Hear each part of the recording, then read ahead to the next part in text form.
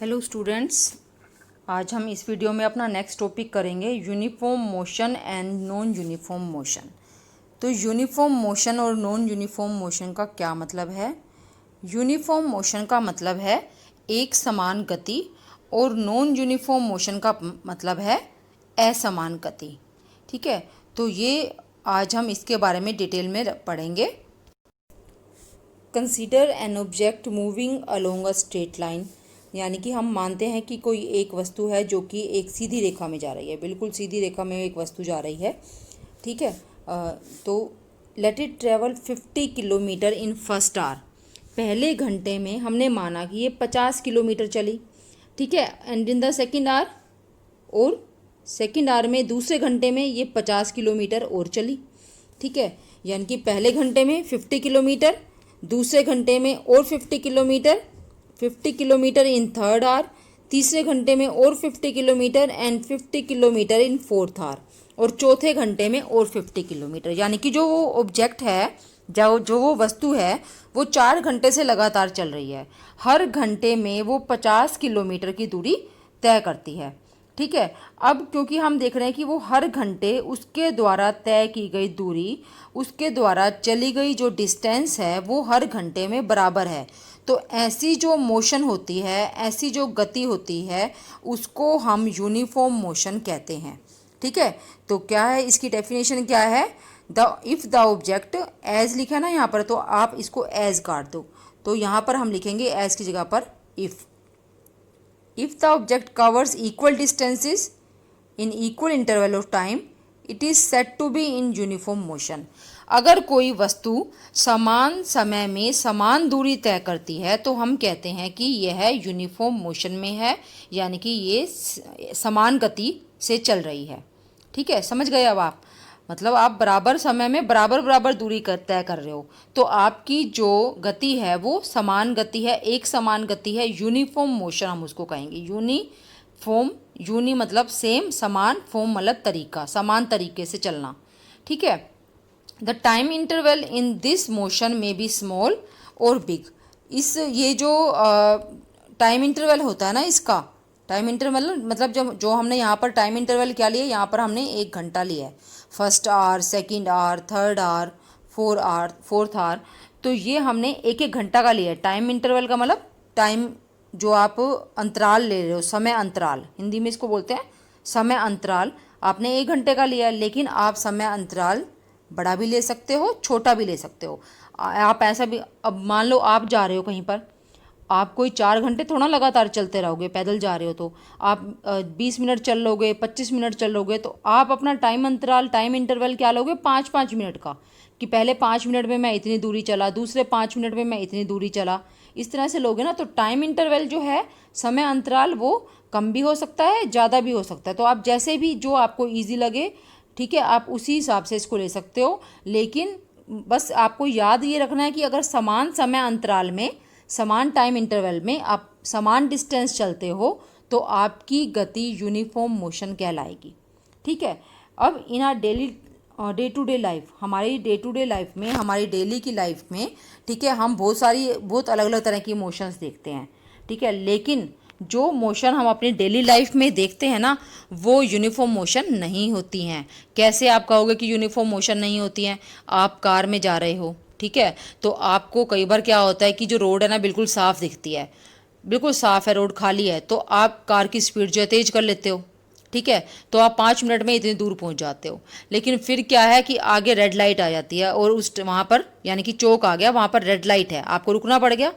तो अगर आप वहाँ पर 1-2 मिनट रुके रह गए, फिर आप जब चलना स्टार्ट करोगे तो आपकी स्पीड पहले धीरे होगी, और काफ़ी सारे और व्हीकल भी होंगे। आप इमेजिन करो, आप कहीं जाते हो, जब रेड लाइट पे रुकना पड़ जाता है, तो वहाँ पर रेड लाइट पर सिर्फ आप अकेले नहीं होते हो, वहाँ पर बहुत सारी गाड़ियाँ होती हैं, और वो भीड़ सी हो जाती है, ट्रैफिक हो जाता है। तो जब रेड लाइट से ग्रीन लाइट होती है, तो आप धीरे धीरे स्पीड बढ़ाते हो गाड़ी की। तो वो जो पहले 5 मिनट के बाद जो अगले 5 मिनट आए ना, वहाँ पर आपके द्वारा तय की गई दूरी कम हो गई। ठीक है, फिर थोड़ी देर आपको निकल जाती है, उस ट्रैफिक से निकलने में लग जाती है, फिर दोबारा से खाली सड़क आ गई, तो फिर आपकी तेज हो गई। तो इस तरह से आप कभी भी समान समय अंतराल में समान दूरी तय नहीं कर पाते हो in equal time interval you can't travel equal distance. ठीक है, तो इसलिए डेली लाइफ में हम ज़्यादातर जो गतियाँ देखते हैं वो कैसी होती हैं हमारी, वो नॉन यूनिफॉर्म मोशन होती है, यानी कि असमान गति। पहले आपने एक समान गति के बारे में पढ़ा, अब हम बात कर रहे हैं असमान गति की। ठीक है, तो ये कैसे एग्जाम्पल हैं, ये हमारे एग्जाम्पल है नॉन यूनिफॉर्म मोशन के। ठीक है, असमान गति। इसके बाद जैसे और एग्जाम्पल भी दिया हुआ है यहाँ पर, मैंने आपको एक एग्जाम्पल बताया कार वाला। ठीक है, एक पर्सन है, एक व्यक्ति है जो जॉगिंग कर रहा है पार्क में वो सैर करने गया हुआ है, चल रहा है, तो वो कभी धीरे हो जाता है, थक गया थोड़ा सा तो धीरे हो जाता है, और जब जाता है तो पूरी फ्रेश होता है पूरा, तो वो तेज़ तेज़ चलता है। ठीक है, तो वहाँ पर भी जो उसकी मोशन है ना वो यूनिफॉर्म नहीं है, वो नॉन यूनिफॉर्म मोशन है। लेकिन यूनिफॉर्म मोशन भी आप बहुत सारी देखते हो, आप सोचना। ठीक है, और कि वो कौन सी, और आप मेरे को मैसेज करके बता सकते हो कि यूनिफॉर्म मोशन का एग्जांपल आप बताना मेरे को। हमारी डेली लाइफ में हम ज़्यादा ध्यान नहीं देते हैं उस मोशन की तरफ, लेकिन वो यूनिफॉर्म मोशन होती है।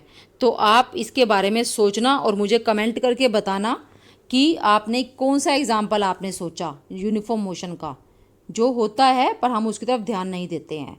अगर वो सही होगा तो मैं आपको बताऊंगी सही है, अदरवाइज़ आपको मैं सही भी बताऊंगी कि यूनिफॉर्म मोशन का एग्जाम्पल क्या आप दे सकते हो। ठीक है, इसके बाद जो है ना ये एक्टिविटी है, तो एक्टिविटी हम ये नहीं करेंगे, ये सिर्फ ये बताने के लिए एक्टिविटी कि आप कई सारी चीज़ों को देख रहे हो और आपको बताना कि उनमें से किसकी मोशन जो है वो यूनिफॉर्म है और किसकी मोशन नॉन यूनिफॉर्म है। ये एक्टिविटी सिर्फ इस बारे में है। ठीक है, इसके बाद हम ये टेबल दी हुई है जैसे, तो ये एक्टिविटी का ही है ये, कि दो वस्तुएं हैं, एक वस्तु है ए और दूसरी वस्तु है बी। ठीक है, वो अलग अलग टाइम दिया हुआ है आपको कि वो कितनी कितनी दूरी तय करती हैं। पहली वस्तु ए जो है वो 9:30 बजे 10 मीटर चली वो। ठीक है, चल चुकी थी 10 मीटर, 9:30 बजे हमने टाइम नोट करना शुरू किया, तब तक ए 10 मीटर चल चुका था और बी जो है वो 12 मीटर चला था। 9:45 पे यानी कि 15 मिनट के बाद इसने 10 मीटर और चल लिया, 20 चल लिया ना, टोटल 20 चल लिया, यानी कि 10 और चल लिया, और इसने टोटल कितना और चल लिया एक्स्ट्रा 7। 19 में से 12 गए 7 और इसके कितने हो गए 10। ठीक है, और फिर 10 बजे यानी कि और 15 मिनट के बाद इसने कितना और चल लिया, इसने दोबारा से 10 और चल लिया, जबकि इसने कितना चला 23 में से 9 गए 6। ठीक है, फिर आप इसी तरह से देखते जाओगे, इसका हर बार जो गैप आएगा ना वो आएगा 10 मीटर का। हर 15 मिनट में इसने 10 मीटर चला, जबकि इसका हर बार अलग अलग है। पहले 15 मिनट में 7, दूसरे 15 मिनट में 6, तीसरे 15 मिनट में आप देखोगे 12 आएगा, माइनस करके 35 में से 13, अगले में आएगा सिर्फ 2। तो इसमें से जो ए की गति है, ये वाली जो गति है, ये जो मोशन है, ये यूनिफॉर्म मोशन है। ठीक है, और जबकि इसकी जो मोशन है वो नॉन यूनिफॉर्म मोशन है। ठीक है, इसकी जो मोशन नॉन यूनिफॉर्म मोशन है। तो ये सिर्फ एक्टिविटी इस तरह से बताई हुई है, आप इसको पढ़ के समझ सकते हो अच्छे से। इसके बाद आता है हमारा measuring the rate of motion. Measure क्या करना क्या होता है, मेज़र करने का मतलब होता है मापना। ठीक है, मापन करना रेट ऑफ मोशन का, गति की दर का। ठीक है, रेट का मतलब होता है दर, तो गति की दर का मापन, हम अब ये पढ़ेंगे गति की दर का मापन। ठीक है, तो मैं आपको हिंदी में भी इसको बता रही हूँ ताकि आपको अच्छे से समझ आ जाए। हम इसके बारे में पढ़ेंगे। गति की दर क्या है, सबसे पहले तो गति की दर ये है कि आप कितने समय में कितनी दूरी तय कर रहे हो, वो है आपकी गति की दर। क्योंकि हम गति कैसे बता रहे हैं, अभी मैंने आपको बताया ना यूनिफॉर्म मोशन समझाने के लिए, कि पहले घंटे में वस्तु एक कार जो है वो 50 किलोमीटर चली, अगले घंटे में फिर 50 किलोमीटर चली, तो मैंने कहा कि वो यूनिफॉर्म मोशन से चल रही है। तो मोशन के बारे में बताने के लिए मैंने दो चीज़ें ली ना, एक मैंने लिया टाइम और एक मैंने ली डिस्टेंस। ठीक है, तो गति की दर हम कैसे मापते हैं, रेट ऑफ मोशन हम कैसे मापते हैं, हम मापते हैं टाइम और डिस्टेंस, कि कितने समय में कितनी डिस्टेंस चली गई। ठीक है, तो हम अब ये पढ़ेंगे इसके बारे में। अब जैसे आप ये देखो, ये आपको एक, जैसे आप टीवी पे देखते हो क्रिकेट मैच आता है, तो वहाँ पर आपको जो है ना एक बॉलर है, उसने 1 ओवर करवाया, 1 ओवर में उसने 6 बॉल करवाई, और 6 बॉल की अलग अलग उन्होंने स्पीड बताई हुई है कि पहली बॉल जब उसने फेंकी तो उसकी क्या स्पीड थी, दूसरी बॉल की क्या थी, तीसरी की क्या थी, चौथी की क्या थी। तो आप देख रहे हो अलग अलग है इसकी। ठीक है, तो ये कैसे निकाली। और ये आप एक चीज़ और नोटिस करो, इसमें उसकी स्पीड किस में बताई हुई है, किलोमीटर प्रति घंटा में। उसकी स्पीड किस में बताई है, बॉल फेंकने की, किलोमीटर प्रति घंटा। ठीक है, तो अब हम इसके बाद आगे अगला एग्जाम्पल देखते हैं। यहाँ पर देखो आप, ये एक ट्रक जा रहा है रोड के ऊपर और यहाँ पर ये साइन बोर्ड लगा हुआ है। आप जाते हो ना जब कहीं पर एक जगह से दूसरी जगह, कार में जा रहे हो या बस में जा रहे हो, तो आपको कई बार रोड की साइड में ऐसा ये लगा हुआ दिखाई देता है जिस पर ये लिखा होता है स्पीड लिमिट। यानी कि आप, ये लिमिट है, ये तय की हुई है कि आप जब इस रोड पर चलोगे ना, तो ये व्हीकल बताया हुआ है कि अगर कार है तो वो 50 किलोमीटर प्रति घंटा से ज़्यादा नहीं जानी चाहिए, ये लिमिट है, मैक्सिमम इतनी होनी चाहिए उसकी स्पीड। और जो भारी वाहन होते हैं ना, जैसे ट्रक वगैरह, वो 40 किलोमीटर प्रति घंटा से तेज़ नहीं चलने चाहिए। तो ये स्पीड लिमिट ली हुई है। अब आप ये देखो, इन दो चीज़ों में आप अंतर देखो, ऊपर वाला एग्जाम्पल और नीचे वाला। यहाँ पर जो बॉल की स्पीड तो कितनी ज़्यादा है, 140 किलोमीटर प्रति घंटा, 145 तक भी हो गई। लेकिन यहाँ पर जो है इसकी जो स्पीड है वो सिर्फ ज़्यादा से ज़्यादा 50 किलोमीटर प्रति घंटा है। तो इसका मतलब ये है कि सभी वस्तुओं की स्पीड अलग अलग हो सकती है। वो तो सिंपल सी बात है, आप साइकिल पे जाओगे तो आपकी स्पीड कम होगी। ठीक है, और आपका एक फ्रेंड जो है वो कार से जा रहा है। मान लो 2 बच्चे हैं, साथ साथ उनका घर है।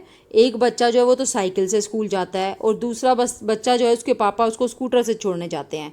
ठीक है, तो आप तो निकल जाते हो आधा घंटा पहले स्कूल लगने से, 7:30 बजे, और वो बच्चा निकलता है कितने बजे, 8 बजने में 10 मिनट पे, और तब भी वो आपसे पहले पहुंच जाता है। इसका मतलब क्या हुआ, इसका मतलब तो यही है ना कि स्कूटर की स्पीड ज़्यादा है, साइकिल की स्पीड कम है। तो सभी वस्तुओं की स्पीड जो है वो अलग अलग होती है। तो यही मैं आपको यहाँ से सिर्फ कहना चाह रही थी इस एग्जाम्पल से। तो इसमें यही एक्सप्लेन किया हुआ है, आप अपनी बुक से साथ साथ रीडिंग कर सकते हो। ठीक है, तो अब मैं आपको ये बताऊंगी कि हम जो रेट ऑफ मोशन है उसको कैसे मेज़र करते हैं, गति की दर का मापन कैसे करते हैं। तो गति की दर के मापन का तरीका है, one of the ways of measuring the rate of motion of an object is to find the distance travelled by object in unit time. ठीक है, तो क्या तरीका है रेट ऑफ मोशन को मेज़र करने का किसी वस्तु की, to find the distance travelled by object in unit time. Unit का मतलब क्या है यहाँ पर, इकाई समय। इकाई समय का मतलब आपको इकाई लेनी है। आप 1 सेकंड भी ले सकते हो, 1 मिनट भी ले सकते हो आप। ठीक है, आप 1 घंटा भी ले सकते हो। तो आपको अगर रेट ऑफ मोशन निकालना है किसी वस्तु का, तो आपको ये देखना है कि वो वस्तु 1 सेकंड में कितनी डिस्टेंस चली। ठीक है, यूनिट समय में, यूनिट समय आपने अगर सेकंड लिया है तो 1 सेकंड में कितनी डिस्टेंस चली, आपने अगर मिनट लिया है तो 1 मिनट में कितने डिस्टेंस चली, और अगर आपने समय जो आप आवर में ले रहे हो, घंटे में ले रहे हो, तो 1 घंटे में वो वस्तु कितनी दूरी चली, कितनी डिस्टेंस चली। तो ये अगर आपने पता लगा लिया ना, तो आप रेट ऑफ मोशन निकाल सकते हो। और रेट ऑफ मोशन को हम कहते क्या हैं, रेट ऑफ मोशन को हम स्पीड कहते हैं। ठीक है, rate of motion is referred to as speed and SI unit of speed is metre per second. और स्पीड की SI यूनिट क्या है, उसका SI मात्रक क्या है, मीटर प्रति सेकंड। और मीटर प्रति सेकंड को हम ऐसे लिखते हैं या ऐसे लिखते हैं, ये प्रति का निशान होता है ना ये। ठीक है, मीटर प्रति को हम ऐसे लगाते हैं सेकंड, और प्रति का मतलब असल में होता है बटा में, यानी कि मीटर बटा सेकंड। तो आपने मैथ में किया होगा, अगर बटा में कोई चीज़ आती है तो उसको जब हम ऊपर लेकर जाते हैं तो हम उसको ऐसे भी लिख सकते हैं, मीटर तो है ही ऊपर, सेकंड के साथ -1 इसकी पावर। तो आप ऐसे भी लिख सकते हो, ऐसे भी लिख सकते हो, या फिर सीधा मीटर प्रति सेकंड जो ये दिया हुआ है आपको, ऐसे भी लिख सकते हो। ठीक है, तो स्पीड क्या है, speed is distance travelled by object in unit time. तो मैं आपको सही से दिखा देती हूँ। आपको डेफिनेशन क्या लिखनी है, आपको लिखनी है, अगर आपको स्पीड की डेफिनेशन लिखनी है, डेफिनेशन मीन्स आपको परिभाषा लिखनी है स्पीड की अगर, तो क्या है, स्पीड इज़, आप यहाँ से स्टार्ट करोगे स्पीड से, पहला वर्ड आप लिखोगे स्पीड। ठीक है, और फिर आप यहाँ से स्टार्ट करोगे, speed is distance travelled bye an object in unit time. ठीक है, और इसकी यूनिट आपको ज़रूर याद रखनी है क्योंकि 1 मार्क के क्वेश्चन में पूछा जाता है ये what is speed, what is SI unit of speed. तो वो आपको जो मैंने बताया ना, ऐसे इस तरह भी दे सकते हैं, इस तरह से भी दे सकते हैं, इसलिए आपको दोनों तरीके पता होने चाहिए इसको लिखने के। ठीक है, और बहुत ही ध्यान से इसको समझना है आपको। और लेकिन इसके अलावा जो है ना, स्पीड की और यूनिट्स भी हो सकती हैं, बड़ी या छोटी। वैसे बड़ी ही होंगी इससे तो, मीटर से तो। और सेकंड तो टाइम का सबसे छोटा हिस्सा है जो हम मापते हैं हमारे लिए। तो सबसे बड़ा टाइम होता है घंटा एक दिन में। ठीक है, उससे छोटा मिनट, उससे छोटा सेकंड। तो सेकंड से बड़ा यूनिट भी ले सकते हो आप, मात्रक भी ले सकते हो समय के लिए। और डिस्टेंस के लिए आप मीटर से बड़ा मात्रक जैसे किलोमीटर भी ले सकते हो। तो जो बाकी यूनिट्स हैं स्पीड की वो हैं सेंटीमीटर प्रति सेकंड या किलोमीटर प्रति घंटा। इसके अलावा और भी होता है मीटर प्रति मिनट, ये भी हो सकता है। ठीक है, और आपको शायद चेंज करनी आती होंगी कि आपको अगर दी हुई ना यूनिट दी हुई है आपको मीटर प्रति सेकंड में, आपको इसको मीटर प्रति मिनट में चेंज करना है तो आप वो कर सकते हो। और अगर आपको मीटर प्रति सेकंड को किलोमीटर प्रति घंटा में करना है तो आप वो भी कर सकते हो। नहीं तो मैं अभी आपको समझाऊंगी कैसे करते हैं। अब इसके बाद है कि अगर आपको किसी वस्तु की स्पीड बतानी है, to specify the speed of object, किसी वस्तु की स्पीड बतानी है तो हमें किस चीज़ की ज़रूरत है, हमें सिर्फ इसके मैग्नीट्यूड मतलब हमें इसकी सिर्फ वैल्यू की ज़रूरत है। जो नंबर एक होता है ना, जैसे मैं बता रही हूँ कि कार की स्पीड जो है वो, मेरी कार की स्पीड 50 किलोमीटर प्रति घंटा है, तो आपको सिर्फ यही चाहिए 50 किलोमीटर, मात्रक तो आप लिखोगे ही, प्रति घंटा। ठीक है, आपको कोई डायरेक्शन नहीं बतानी है कि मेरी कार कौन सी दिशा में जा रही है। अगर आप स्पीड की बात कर रहे हैं ना तो आपको सिर्फ ये बताना, इस तरह से बताना है। 50 किलोमीटर प्रति घंटा भी हो सकती है, 80 किलोमीटर प्रति घंटा भी हो सकती है, लेकिन आपको बताना क्या है, सिर्फ इसी तरीके से बताना है। आपको कोई दिशा नहीं बतानी है कि इस डायरेक्शन में जा रही है मेरी कार, स्कूल की तरफ जा रही है या दिल्ली की तरफ जा रही है या मानेसर की तरफ जा रही है। आपको ये कुछ भी बताने की ज़रूरत नहीं है स्पीड के लिए। स्पीड की सिर्फ मैग्नीट्यूड होता है, स्पीड की कोई डायरेक्शन नहीं होती है। आपने ये ध्यान रखना है। मैं आपको ये क्यों कह रही हूँ ध्यान रखने के लिए, क्योंकि ये आगे आपका एक वर्ड आएगा वेलोसिटी, उसमें आपको ये दोनों में डिफरेंस देखना होगा, स्पीड और वेलोसिटी में। ठीक है, तो स्पीड की हमें सिर्फ मैग्नीट्यूड देखना है, हमें उसकी डायरेक्शन नहीं देखनी है। ठीक है, in most cases object will be in non uniform motion. ज़्यादातर, मैंने अभी पहले भी आपको बताया है, ज़्यादातर हम डेली लाइफ में नॉन यूनिफॉर्म मोशन ही देखते हैं। ठीक है, अब जब नॉन यूनिफॉर्म मोशन आप देख रहे हो तो आप उसकी स्पीड कैसे बताओगे। आप कार से जा रहे हो, आपसे कोई पूछता है, आप जो है गुड़गांव से दिल्ली गए अपने किसी रिलेटिव के घर, आपसे किसी ने पूछा भाई आज तो बहुत ट्रैफिक था, आप किस स्पीड से आए हो, आपकी कार की स्पीड क्या थी, तो आप क्या कहोगे उसको, क्योंकि आपकी कार की स्पीड तो अलग अलग थी। कहीं पर ट्रैफिक आ गया तो वहाँ पर स्लो हो गई, कहीं खुली रोड आ गई तो वहाँ पर आपकी स्पीड तेज हो गई, तो आप उसको कौन सी स्पीड बताओगे। तो ऐसी कंडीशन में आपको एवरेज स्पीड बतानी होती है। आप कौन सी स्पीड बताते हो, एवरेज स्पीड। अब एवरेज स्पीड क्या है ये, ठीक है, एवरेज स्पीड होती है total distance travelled by total time taken. Average speed को हम एक एग्जांपल से समझते हैं। तो इसमें यहाँ पर आप देखोगे कि मैंने ये एक लाइन लगाई है और ये लाइन हमारी रिप्रेजेंट करती है डिस्टेंस को, और डिस्टेंस मैंने ली है किलोमीटर में। तो आप ये देख रहे हो कि 0, 5, 10, 15, तो हर 5 किलोमीटर ट्रैवल्ड, ये जो 5 किलोमीटर ट्रैवल किए ऑब्जेक्ट हैं, इसके लिए मैंने टाइम लिखा है ऊपर 7 मिनट। पहले 5 किलोमीटर ट्रैवल किए गए 7 मिनट में, नेक्स्ट 5 किलोमीटर ट्रैवल किए गए 3 मिनट में, और नेक्स्ट 5 किलोमीटर ट्रैवल किए गए 5 मिनट में। ठीक है, तो यहाँ पर हमने डिस्टेंस भी देखी कि कितने डिस्टेंस कितने टाइम में ट्रैवल की गई है। ठीक है, तो हमें एवरेज स्पीड निकालने के लिए चाहिए होता है total distance travelled by total time taken. Total distance travelled हमें दे ही रखी है, यहाँ से स्टार्ट करके यहाँ तक टोटल कितनी है, 15 किलोमीटर। ठीक है, एंड टोटल टाइम क्या है हमारा, total time taken is 7 + 3 + 5 minute is equal to 15 minute. हम ये वैल्यूज़ दोनों पुट करते हैं, total distance travelled and total time taken. हमने यहाँ पर वैल्यू पुट की इसकी, ठीक है, और ये आ गया 15 किलोमीटर बाय 15 मिनट, और डिवाइड करके आंसर आएगा 1 किलोमीटर पर मिनट। ठीक है, हमारी एवरेज स्पीड आ गई 1 किलोमीटर पर मिनट।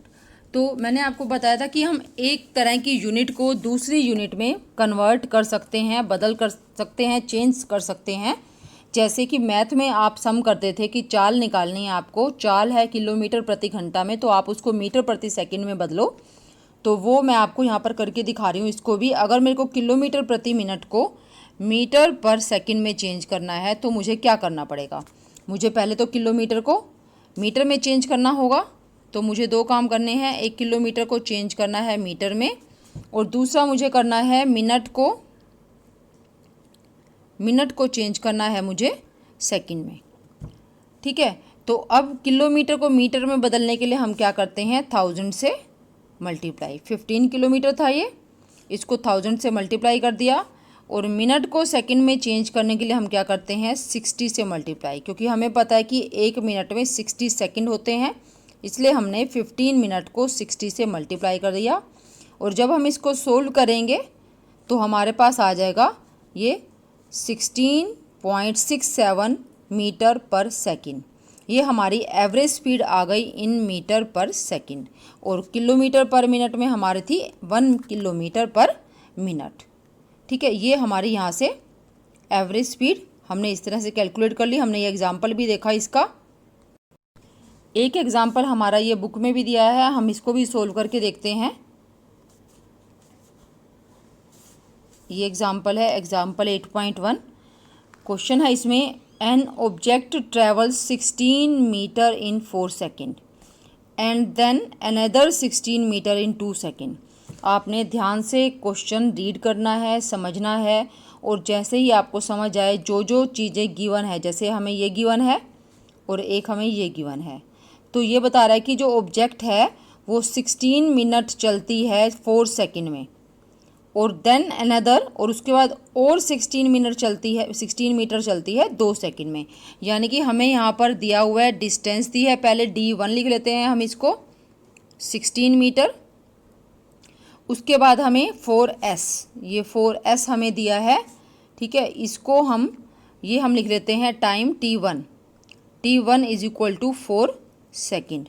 ठीक है, उसके बाद आप देखो यहाँ पर हमें दिया है ये 16 मीटर इन 2 सेकेंड, दूसरी डिस्टेंस दी है, तो हम इसको लिख लेते हैं D2 is equal to 16 metre, और उसका टाइम हमें दिया है 2 सेकेंड, तो T2 is equal to 2 second. फिर उसके बाद क्वेश्चन क्या है, what is average speed of the object. Object की एवरेज स्पीड क्या है, और आपको पता है एवरेज स्पीड का formula total distance travelled by total time taken. यहाँ पर हमारी डिस्टेंस एक है D1 16 मीटर, D2 16 मीटर, तो इन दोनों को ऐड करके टोटल डिस्टेंस आ जाएगी। और time, total time taken, T1 is 4 second, T2 is 2 second, इन दोनों को ऐड करके हमारा टोटल टाइम टेकन आ जाएगा।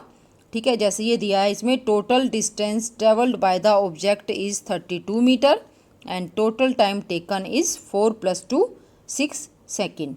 ठीक है, ये हमारा आ गया यहाँ से। बस अब आपको क्या करना है, एवरेज स्पीड फाइंड करने के लिए फॉर्मूला में ये दोनों चीज़ें हमें पुट करनी है।